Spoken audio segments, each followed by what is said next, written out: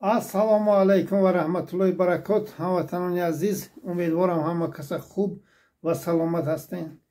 алҳамдулиллоҳ, имрӯз хабарҳои хуш барои мардуми шарифи тоҷик мерасонем. иншоаллоҳ раҳмон, имрӯза мавзӯи мо дар бораи раҳмонов ва ғамнияти модарфурӯшу кунфурӯшу занфурӯшу заминфурӯшаш рафтан дар пеши пои толибо сархам карданд. инҳо шикасташон наздик аст. инҳо ҳамватанони азиз аз тарси кунашона рафта ба хушомад гузаштанд. толибонро акнун хушомад доранд ки бо мо ҳамкорӣ кунед, яъне мо бо шумо мехоҳем ҳамкорӣ кунед. бояд шумо ба кунатон ҷавоб гӯед. онҳоро 10 сол 20 сол террористу одамкушу қотил гуфтанотон ба. ин гапи раҳмонов набуд. раҳмонов 15-20 сол мардуми тоҷик натарсон ки аз афғонистон ба мо ҳуҷум мекунанд, яъне моро нест мекунанд гуфта. ин гапҳои раҳмонов набуд. бояд ба кунаш ҷавоб гӯяд акнун раҳмонову саидбугин ятимову рамазони буққачаю ва дигар қотилои атрофаш. ҳамватанони азиз, мардуми шарифи тоҷик, маро хуб гӯш кунед. имрӯз ҷавонмардои тоҷик, бародарое ки ҳамашон аз русия ба ватан баргаштанд, дар тоҷикистон ҳастанд, онҳо дар тамос биромаданд бо ман. мардум ҷонашон дар алами лабашон омадагӣ аст. фақат ки мардумро бояд бедор кард, мардумро бояд тайёр кард ки бар зидди ин тӯдаи авбош яку як бора хезанд. мардакҳо занг задан, 40 сола 50 сола гирья намекунанд халос аз зулму ситами ин модарбахатои қотили миллати тоҷик. хабари хуш ҳамин ки ҳамватанони азиз, чандин бародаро бо мо дар тамос биромаданд. алҳамдулиллоҳ ки мардум бедор шуда истодаанд. мо инро бояд зинда боздошт кунем. 400 моғулу манғит безарар гарданд. садқисар онҳо қотили тоҷиккуш ҳастанд. бояд қотили асосӣ эмомалӣ раҳмонов бояд зинда боздошт шавад. ин бояд гуфт ҳам бародари муҳаммад иқбол чӣ хел дар ҳамон камера зиндагӣ мекунад, чӣ хел тоб мехӯрад, чӣ хел ин тараф мегардад, чӣ хел ҳамон тефали чойҷӯшона кашиди чой меҷӯшонад. бояд ҳама инҳоро мо онҷо дурбин часпонда барои миллата мо дар телевизорҳои тоҷикистон паҳн кунем ки ҷаҳон бинад ки ин золим як миллати бузургро ба хотири нафси ҳаромаш, ба хотири авлоди дузду ғоратгараш ба куҷо оварда расонду чӣ намуд шикаст хӯрд. иншоаллоҳ раҳмон, ин рӯзон наздик аст. мо ҳатман ин тӯдаи авбошро сарнагун ва несту нобуд хоҳем кард. мо имрӯз дар тамоми рӯи ҷаҳон бо мо дар тамос ҳастанд мардуми шарифи тоҷик, ҷавонмардо. ба ҳамин хотир мо ҳамт мекунем ки инҳоро яке ҳамон таги фӯкашон пайдо шавем ки инҳо ҳуш аз сарашон параду ҳамахел таслим шаванд. баъд ҳамватанони азиз, ин тӯдаи авбош, ин қотилои террористи тоҷиккуш вақте ки ҷавоно ба Сурия, ба Афғонистону дигар ҷоҳо мерафтанд, онҳоро террористу онҳоро яъне ифротӣ гуфта рафта падару модарашон ғам дода, акнун онҳоя вербават карданд худошон дар ҳамон падвалои КГБи манғиту муғулҳои ғамниятиҳо.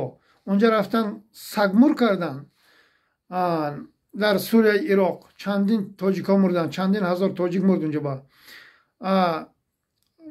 зану фарзандошон онҷо монданд. акнун вайҳоро баргардонда ин муғулу манғитҳо хитри ход карда худошон қаҳрамони миллати тоҷик яъне метарошанд.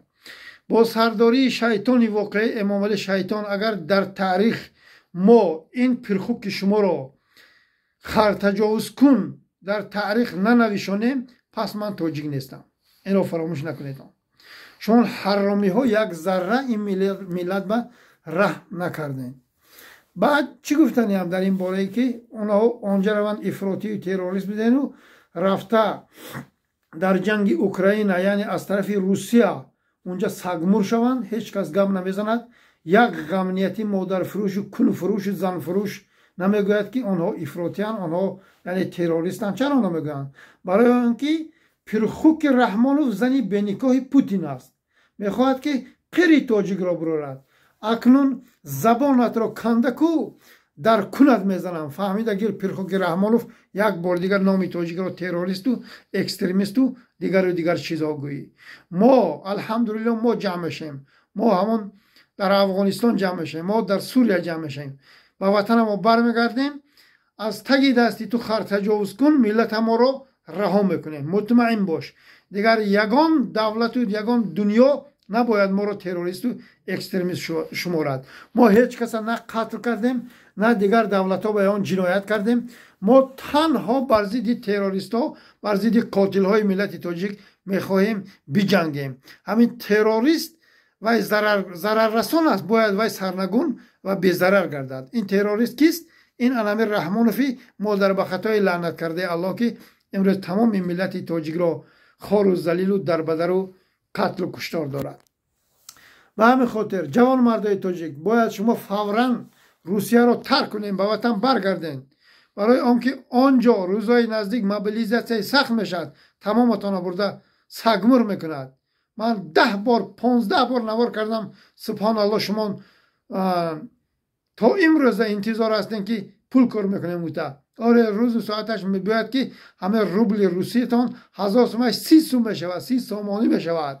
بعد اون وقت گپای من از سرتان میدارد، بعد در میشود. هموطنان عزیز، به همین خاطر از همتان خواهش میکنم که به وطن برگردیتان.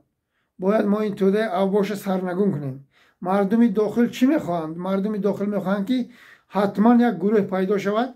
آن گروه واردی تاجیکستان که شد، مردم همش با پا میخیزند. مردم میخیزند، این ظالما فرار میکنند.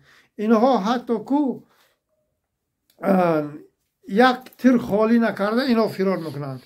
باید تمام مخالفه که دلش برای مردمش، برای ملتش، برای سرزمینش میسوزد، با آنمون عسکر و افسرانی که خدمت کرده ایستادن با آنها در تماس برویند.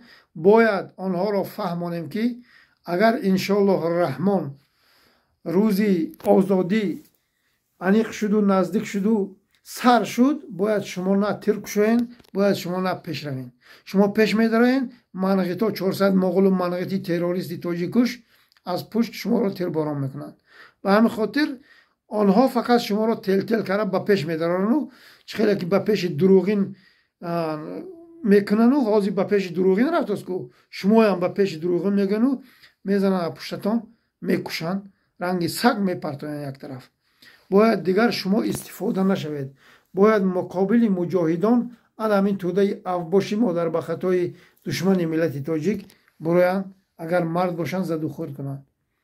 همین بود هموطنان عزیز. انشالله رحمان ما امید داریم که این توده اوباش حرامزاده سرنگون خواهند شد. باید